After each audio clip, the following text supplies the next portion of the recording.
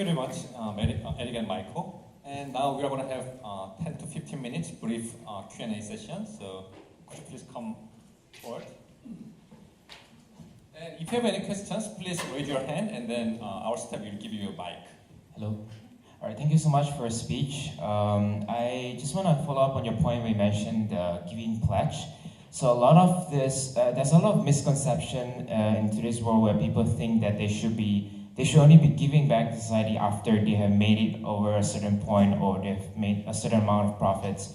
But I guess that applies more towards C Corps and not like non-profit organizations. So how do we encourage people who are starting out with the objective of doing business and making money to also consider giving back to society and, you know, completing this circular economy and help humanity progress as a whole? I think that's a good point.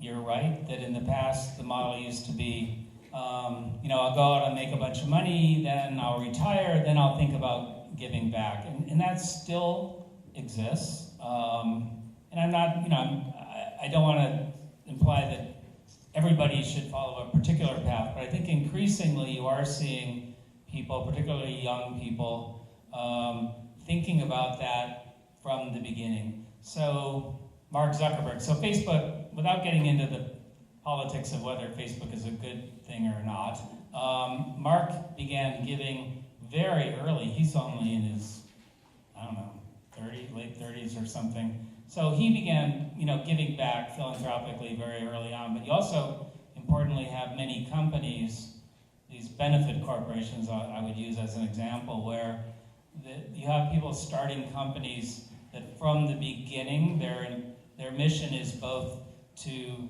make money, because otherwise you don't have a business, but also to give back socially, but also to think about their employees, think about their supply chain, think about the impact of all of that on the environment. And in the US, there's several thousand B Corps. There's some classic companies like Patagonia. Many of them are still small. But I think increasingly you're seeing that as a model, and certainly an aspirational one. I think for many young people joining existing companies, they're looking for companies that are trying to do more of that. So I think one of the reasons you're seeing this shared value model become more embraced is because companies, partly because I'll say they believe in it, but also because they want to attract the best employees, and often many of these younger people they'll only go work at a company like that.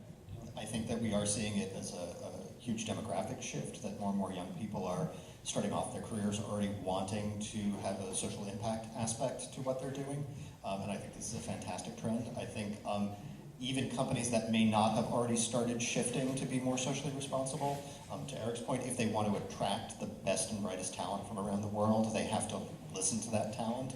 We've seen examples even in the States of large organizations like Google being challenged by their own employees to live up to their motto, to not be evil. I think that young people are definitely taking a much more enlightened approach to social change. Yes, thank you very much for this chance. My name is Ahmed Al-Dram from Yemen. I'm studying here management. I just want, it was interesting point I have seen, engaging government with business. What's the best business model and best practice for this case to happen? For government and business to be engaged together? Yes. Well, I think you're seeing that happen. One example would be in global health, where you're finding large pharmaceutical companies partnering with foundations and partnering with organizations like World Health Organization, as well as local countries to tackle things like malaria or HIV/AIDS. So the role of the drug companies there is to give discounted prices for their drugs, or in some cases develop new drugs that they wouldn't have developed otherwise because they didn't think there was a financial model that would allow them to make money, but they would get a guarantee from somebody like the Gates Foundation to buy, if you create this drug and produce it, we will buy, X million doses at this price. So suddenly they have a guaranteed market. But none of those drugs could be delivered without the cooperation of local governments in the various countries that are trying to tackle this problem. So I mean, I think in these global health issues is one terrific example of that kind of a partnership. Yeah, I think there's another side to the coin too, and that's we see in certain issues that governments are actually pulling back from their responsibility to their citizens, to the broader world, to try to address or fix them. And at the same time, we've seen studies that show that there's a certain amount of trust in traditional NGOs and nonprofits that's waning. At the same time, we know large businesses have the opportunity to touch millions and millions of people, consumers, every year. And so they're sort of stepping into these spaces because there's something of a vacuum there too. It's not always in the best way, but I think that it is, to Eric's point, it is not just, not necessarily that it's a market that they're seeing that they want to take advantage of, but they're recognizing that, as part of their broader role in the world, they have the opportunity to make this difference. So maybe I'm being, overly optimistic about that. We're looking for the best case scenario. I mean, of course, there's many examples where these things don't function the way we'd all like to see them, but we tend to be optimistic. At least in print, we tend to be optimistic. Personally, we tend to be pessimistic. Hello, thank you for the speech. It was interesting to see the global trends in social innovation. I have two questions. The first one is, as you showed the list of the books published by education sector, like MIT published Technology Review and Harvard published Harvard Business Review. I was wondering the linkage between Stanford and social innovation, the background why Stanford begins to publish SIR, is it right? I'm sorry, SIR, the background, why Stanford initiate publication. And my second question is, I saw SIR China. It's a little bit hard to imagine the linkage between China and the philanthropy model. So could you explain about the background as well?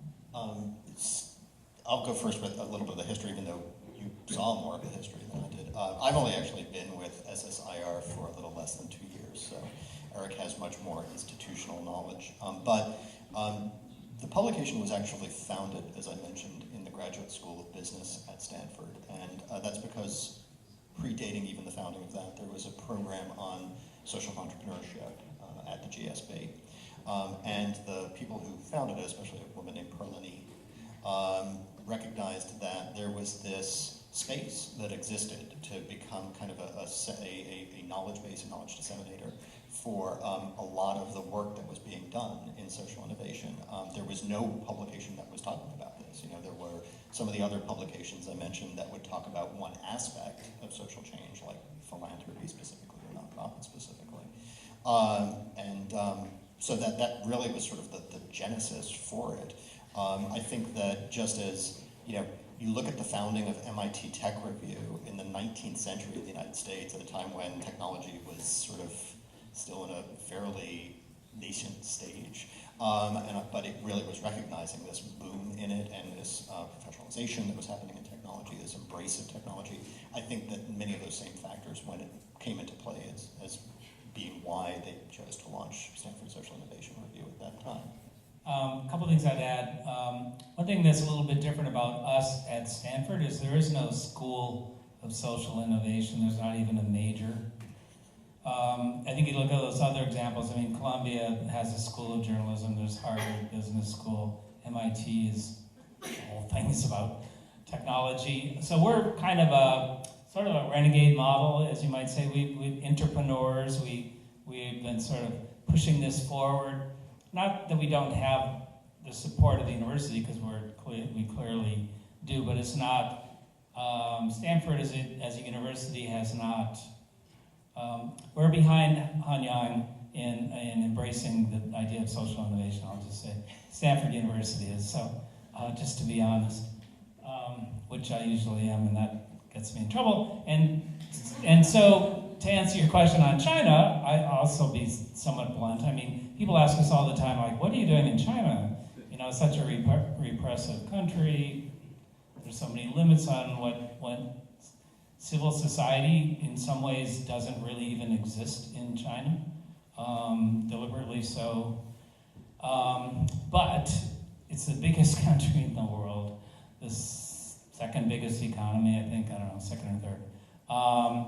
Most commonly spoken language. You know, there's every reason to be there to try to help shape what happens in that country, and we have a partner, a foundation there, Lei Ping Foundation, that wanted to work with us, and so we were all in, because I think it's arguably, you know, one of the most important places one could be to try to push this, even with all of the limitations that exist there.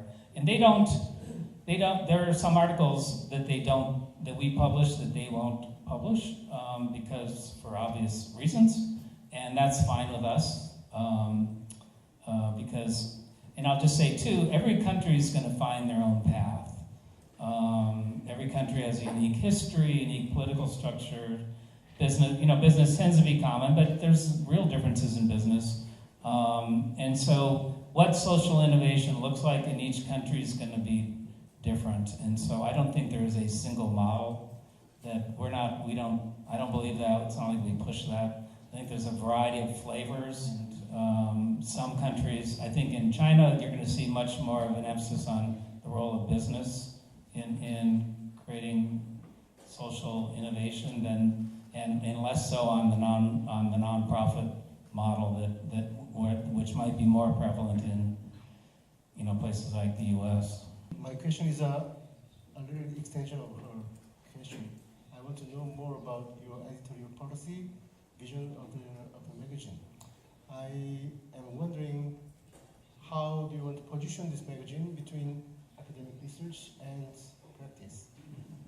And I clearly see in this magazine you are talking about research in some sections, but this mood of research review is slightly different from the typical social science academic research. And it also talks about the practice of social innovation. And I am wondering if you also want to be involved in the implementation of social innovation, which is suggested, the ideas are suggested in this magazine also. So, what is going to be, as an academician, what is going to be my contribution in the future if I want to contribute as a researcher or as a practitioner, educator, or what is the vision of the magazine and the vision of the activities of this magazine? I can start off just quickly. I mean, from the beginning, as I think Michael said, the goal was to provide both research and practice-based knowledge to create a bridge between the academic world and the world of practice, because we thought too often those things were not connected. So we publish articles by both academics and practitioners. Obviously the kind of research that each does is different. I mean, academics, there's a whole approach to research that's different than what someone leading a foundation is going to do. But our belief is that if you're the Ford Foundation and you've been funding work in poverty for 80 years, you probably know something about poverty and how to solve the problem. And arguably as much as a sociologist who's been studying poverty for 20 years. And I'm not going to say one is more important than the other. I just say they're both important. we do have, many academics, it's sometimes hard to get them to write for us because we are not a peer-reviewed journal. And so in many universities, that's all that counts when you are looking to get tenure. We actually have an easier time getting tenured professors to write for us because they don't care anymore. It's not they don't. They don't need to prove their academic credentials. They've already got that. So then they began writing for other publications, not just us, but writing for broader publications, writing op-eds in newspapers. Becoming more of a public intellectual, and so we do benefit from that. Yeah, I think that one of the things. So prior to joining SSIR, I was with Scientific American for 7.5 years, and similarly, Scientific American is not a peer-reviewed journal, even though the majority of articles published are written by researchers, academics. Similarly, though, it is a slight shift that takes place in the tone. So while there are significant numbers of articles that are written by researchers and academics in SSIR, it is recognizing that you're not just talking to the academic community at that point. We know that, with certain grants that researchers get in the United States, there is a requirement that you have to be able to communicate beyond just the academic community and talk to a broader audience, and we see that as one of the reasons, also in the social science space, that people from huge, well-known institutions in the United States working in the social sciences want to be published in SSIR as well. So while it is not necessarily the exact same paper that you would publish in a research journal, it uses the same rigor, much of the same language actually, just tweaked slightly to be a little bit more understandable for a broader audience. But it is critically important. Again, we keep stressing this, but it is the core of our mission, is that we want to be that bridge between research and practice, because both, as Eric said, both have much information that they can share with each other that helps shape and improve the work that each side is doing. The stance as a publisher, SSIR as a publisher, do you want to remain as a publisher, or do you want to be involved in the initiation of social dissemination of your? Right, so that was the other half of your question. So I will try to answer it 2 ways. I will answer with my publisher hat, and I will answer it just personally. I think as a media entity, we have an obligation to elevate discourse and discussion and encourage people and inspire them to take action, even if we ourselves do not advocate for a specific course of action. That being said, on a personal level, I would certainly love to see us get our hands dirty and start doing some things. But yeah. Well, and I think that we have a space for that. It doesn't necessarily have to happen in the the quarterly magazine or even on the website. Well, it can sort of happen on the website. I think we can create spaces for people who want to get more proactively involved in certain issues, to connect with one another directly, to create networks. I also see that as being part of what we do when Eric alluded to our annual Data on Purpose conference. We do our Nonprofit Management Institute. I think these convenings are a place where we actually do encourage people to start working towards certain issues collaboratively. Do you want to? What's your feeling?